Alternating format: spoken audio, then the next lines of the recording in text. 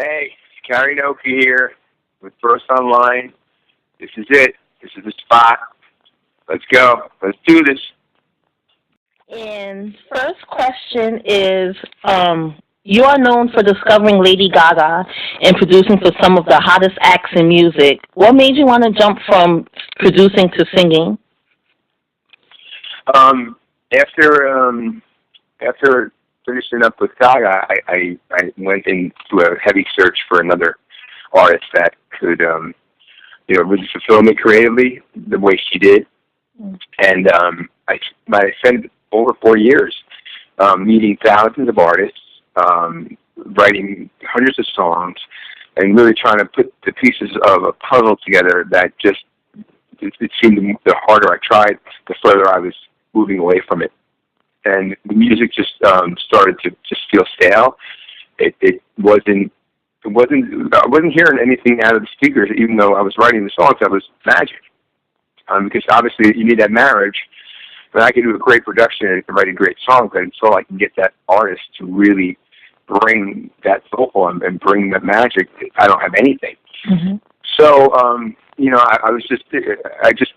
was almost like the Gaga project just kind of, it spoiled me, but it also opened up my eyes to really focusing on artists and music that was legendary. And if anything felt short of legendary, I couldn't do it anymore. And it changed everything for me. And there was just too much of there was no magic, and I just had to kind of call it. I was going to call it quits. And I started to move in a different direction. Started doing some film and documentary. But music was obviously always in my blood. Mm-hmm. And one morning, with no clear vision of still what to do musically, I woke up and I decided to write a song, and I made a conscious decision that I was just going to put the vocal down, just so I could hear it back the way that I once heard it, the music, to just hear it the way I was hearing it in my head for once. And I hadn't done that in years. And I never really considered myself a singer, but I knew what I wanted to hear. So I wrote a song called Master of None. And I wrote it that morning, and I went into it. I booked the studio, recorded the vocal, went out that evening, and when I got back to the studio after my appointment, there were a bunch of people, including the engineer and some people who worked at the studio, gathered around the console, and they were listening to the song. And something happened that night that when I saw the reaction of those people who were listening, I started to change my way of thinking. It almost now I started to understand what it was that really moved people musically. I think before it was more. I thought it was the hit song, okay. And at that moment, I started to understand that people are moved by sincerity, honesty. There's something. They're moved by vulnerability. They're not moved by just a great voice or a great song. They're moved by something that just it shines real. Okay. It shines authentic. And when I saw that reaction, I decided that night I was not going to ever produce another artist again, and I was only going to produce myself. Oh, okay. You said that listening to music, you were listening to some tracks and they sounded stale. Because Cary Nokey, they have their own style.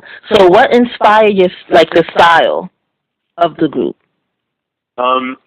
It's really it's a lot of different things. It's such a melting pot. I mean, I'm a huge Prince fan.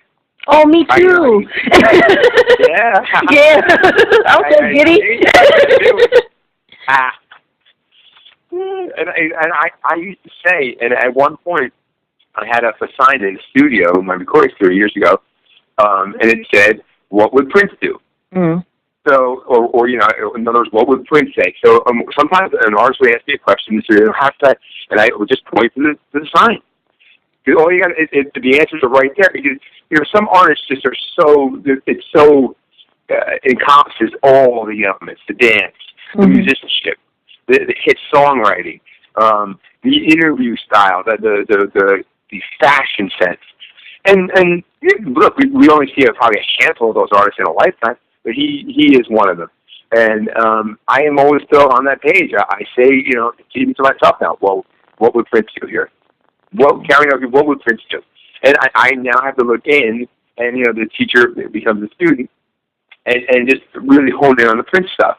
There's really something very rock and roll about Cary Nokey. Even though it's music, it's very rock and roll in its attitude, and that's it's drawn from a lifetime of me going to rock shows. Right. I used to love going to see the Killers. I would see artists at a young age. Some artists that were just legendary. Rock and roll, sensibility. Kurt Cobain was a huge influence. So it's picking up, I'm going to say 4 or 5 main pieces of a puzzle, which one of them is definitely an 80s darker Depeche Mode, Pet Shop Boys element. Then you got your Prince element. Right. Then you definitely got your Kurt Cobain element. And then you have this whole, the person who developed a sound and a style for Gaga thrown in there. Right. So now, it's a very. I mean, if you put those things together, I would imagine someone would. I'm curious that I'd be interested to hear that. Okay. All right. When people hear Cary Nokey, it will automatically take them back to the 80s.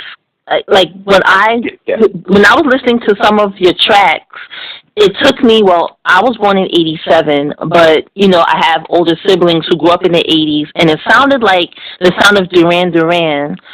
It sounded like Duran Duran mixed with present time. What inspired you to make this happen? It's funny. I mean, I had older brothers too who listened to all that kind of music, and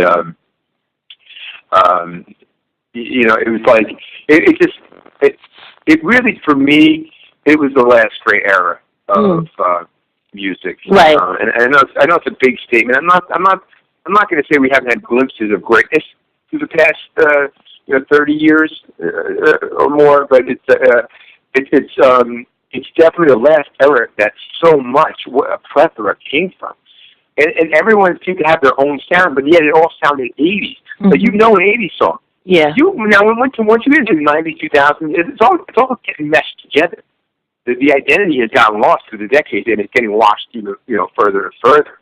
It's probably coming back a little bit with the dubstep and some of the electronic stuff, but you're talking about music without vocals. So it's gotten washed, right? Mm-hmm. So I really started noticing too that wherever I would go in the past 4 or 5 years, like whether it be a hip restaurant, whether it be a cafe, it could be a department store. I noticed everybody was playing 80s music.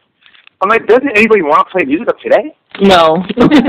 But they don't. Yeah. And it's 9 times out of 10 you hear an 80s station. In my gym I go to where I live, it's always the 80s station.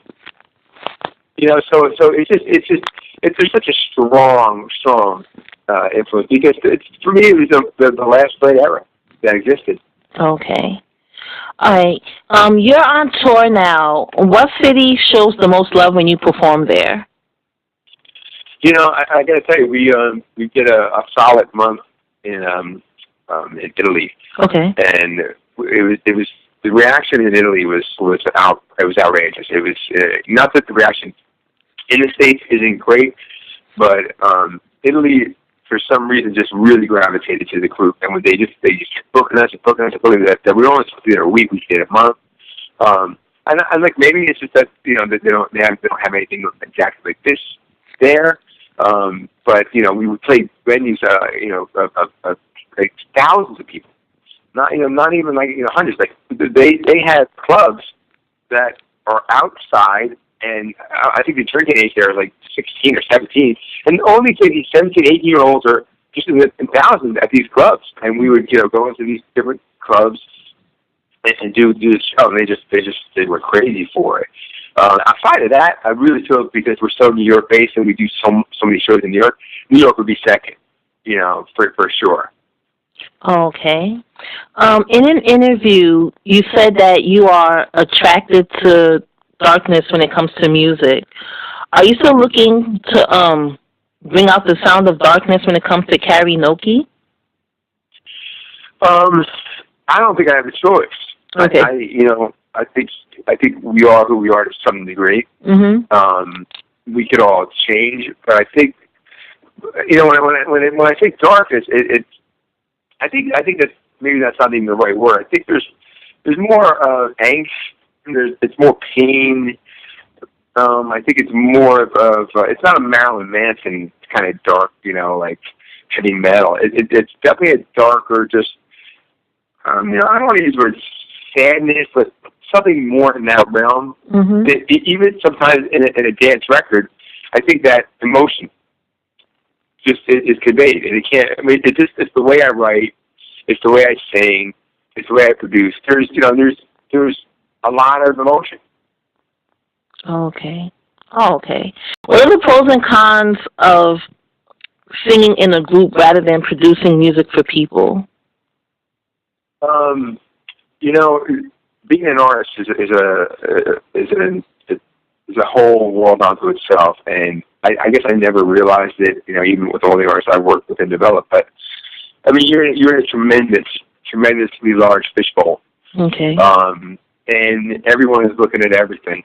And for me, it's been a very, I don't want to say difficult, but it's been an interesting transition whereby, as a producer, I was kind of unseen.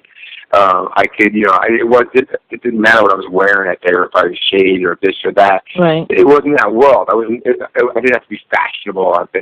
Even though I love it, Mhm. I didn't have to be. If I wanted to do that one night and go to a party or a Grammy thing, I would do that. In this world, it's 24/7, and the camera's always rolling. Mhm. And people are always taking pictures. Half the time you don't know that they're taking a picture. Mhm. So it's the level of the fishbowl has just skyrocketed, and with that, sensitivity also skyrockets, because now you have so many people with so many eyes and opinions, and looking at everything, every hair on your head, and every facet of your aesthetic, if you will. Mm. And I just think there's a whole other level of when I go play songs to record labels of other artists, even Lady Gaga or whoever. There is a sense of there's a bit of a detachment that you can make from it, Mhm. only because it's not your voice. Now inside of Cary Nokey, I can't do that. Now it's everything. It's my production. It's my lyrics. It's my melody. It's my voice. Like this, it's literally like your offspring in every sense of the musical capacity. Mm-hmm. So, of course, we all want people to love it, but not everyone is going to love it. So I learned basically through Cary Nokey how to. I'm going to quote this to say, calm down. As a producer, I was more, kind of high strung, I was more just like I would bark, easier. Okay. With Cary Nokey, I can't do that. Like I have to, I've taught myself to be take a step back. Okay. Because it's so sensitive that if I approach Cary Nokey as Rob Fusari, it wouldn't work. Because Rob would bark more. Mm-hmm. Whereas, Cary Nokey can't do that. It can't do that because it's that much more exposed. And it means that much more to me. It's that sensitive. It's that real. It's huge. It's my life. It's just everything. It's the air I breathe. So I can't do that. Okay. All right.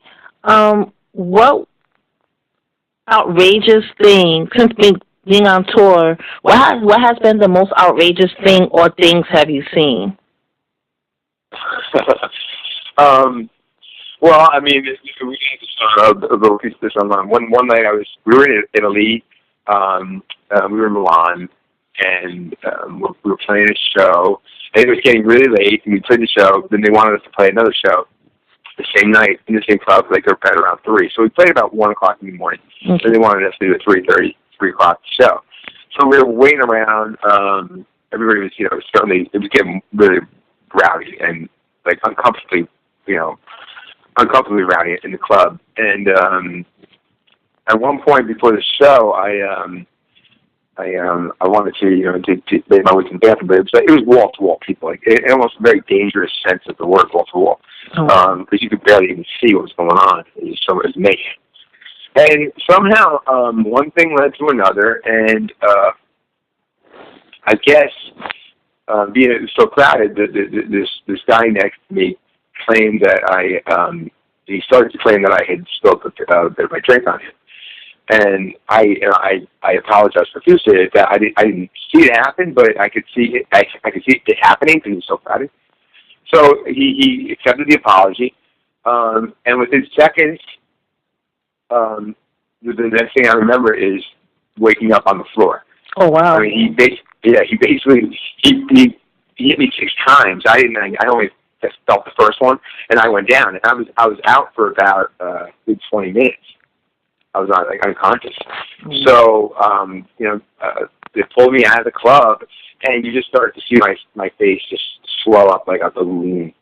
And it was just like, it was just such a surreal experience for me, because it was literally like, I remembered talking to the guy, and then the next thing I remembered was being carried out of the club. So it was very strange. So it was a very, very odd situation. Ooh, that's scary. Totally. Yeah. Who would you like to work with for the album that you haven't worked with already?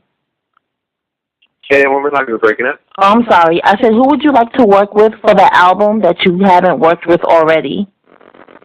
It's so funny you said it. The other day I had a idea. I was in the gym and I was just playing the 80s music, and Bruce Springsteen comes on, right? Mm-hmm. And I just went to an event last week that Nile Rodgers put on at the Hammerstein Ballroom, for his charity. And one of the main focusers, the people who are involved with his charity, is Steve Van Zandt.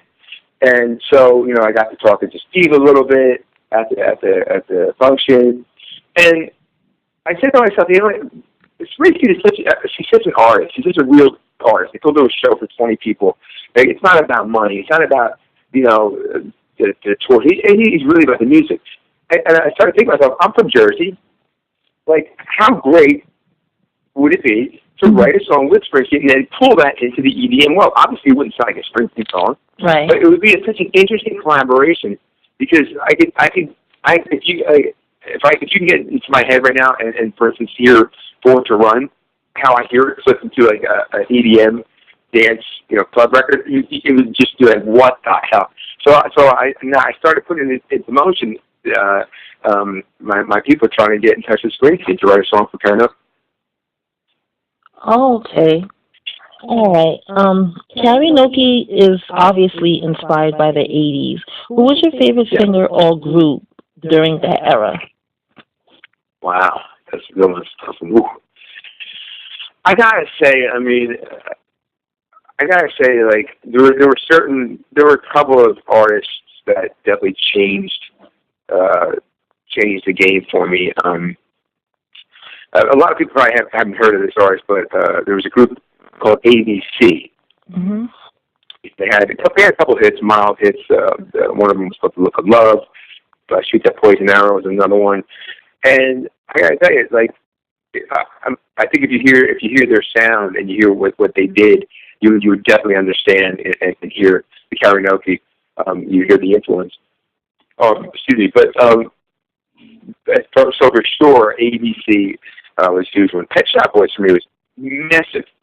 Like, just the sound and the way the records came together, and you could feel the culture. Like, you really just felt like there was like a culture. Like these guys were really in the trenches. Like, this is the real deal.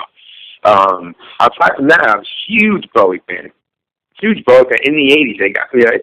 It took me to get.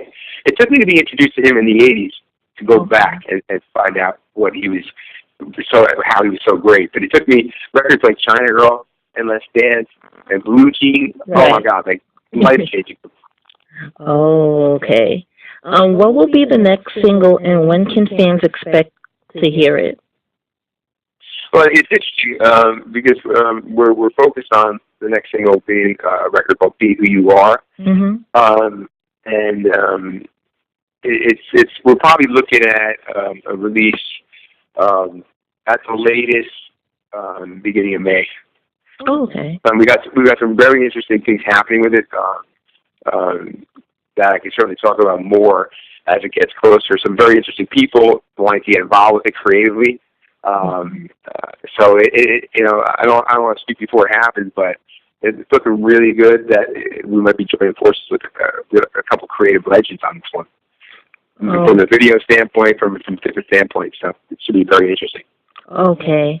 Being that you produce for a number of artists who are very successful, and now that you're on your own with Cary Nokey, does this mean that you will quit producing and stick to singing? Yes, 100%.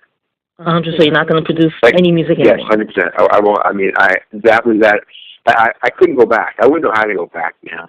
I just really wouldn't. It's like, because it got to the point where it was slipping away anyway, and I know now why it was slipping away, and it's just I wouldn't be able to make the transition back. Okay. It's being on stage for me is everything. It's everything, and performing and bringing the songs, you know, to the audience without that middleman. You know, my music, my lyrics, my melodies, you know, direct from me. It's been a whole another level of music, and it's really it was my second chance at music. I got another chance because I just didn't see, you know, what was I going to do? I mean, after Gaga, I only wanted to develop artists, right? But I couldn't see bringing any artist to anybody anywhere if it wasn't. If not, it's better. Right. Okay. Than what I had just done, which was Gaga. It had to be better. Right. Okay. Where can fans expect to hear from you? Like, where can they, like, what's your Twitter, Instagram? Where can they find you? Yeah, so everything is Cary Nokey, CaryNokey. So everything is Instagram is Cary Nokey, Facebook is Cary Nokey. It's all Cary Nokey. Website is CaryNokey.com. So there's everything you can imagine. Instagram is Cary Nokey. You know, real simple. Okay. All right. Thank you so much for the interview. Thank you so much. It was great talking to you. It was great talking to you, too, and good luck on everything. Thank you so much. Okay.